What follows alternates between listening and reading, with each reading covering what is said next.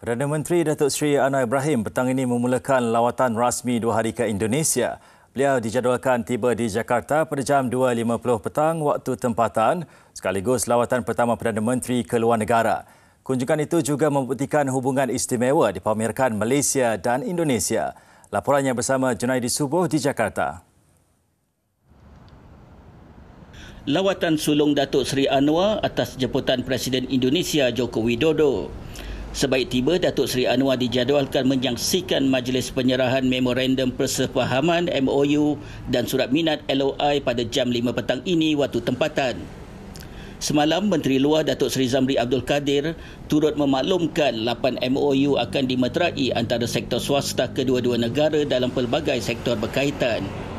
Pembangunan Ibu Kota Negara Nusantara di Kalimantan juga fokus baru pelaburan negara.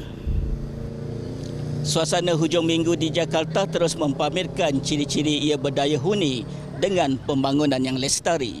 Namun potensi lebih besar mampu ditunjukkan di Ibu Kota Negara Nusantara yang baru.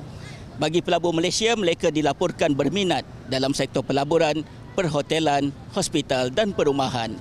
Sementara itu, Perdana Menteri malam ini dijadual menghadiri majlis makan malam bersama diaspora Malaysia di Indonesia pada satu majlis di Kedutaan Besar Malaysia.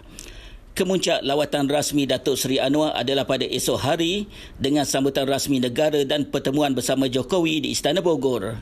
Jadual padat Perdana Menteri diteruskan termasuk menyampaikan syarahan umum bertajuk Hubungan Strategik Malaysia-Indonesia. Bagi Januari hingga November tahun lalu, Indonesia adalah rakan dagang ke-6 terbesar dan kedua terbesar dalam kalangan negara ASEAN dengan peningkatan jumlah dagangan sebanyak 41.7% iaitu lebih 120 bilion ringgit. Muhammad Junaidi Subuh, TV3, Jakarta.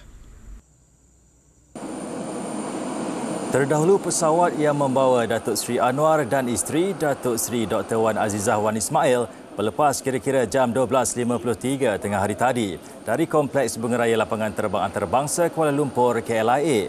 Pegawai tugas-tugas hak ehwal agama kepada Perdana Menteri Zamri Zainal Abidin sebelum itu turut membacakan doa.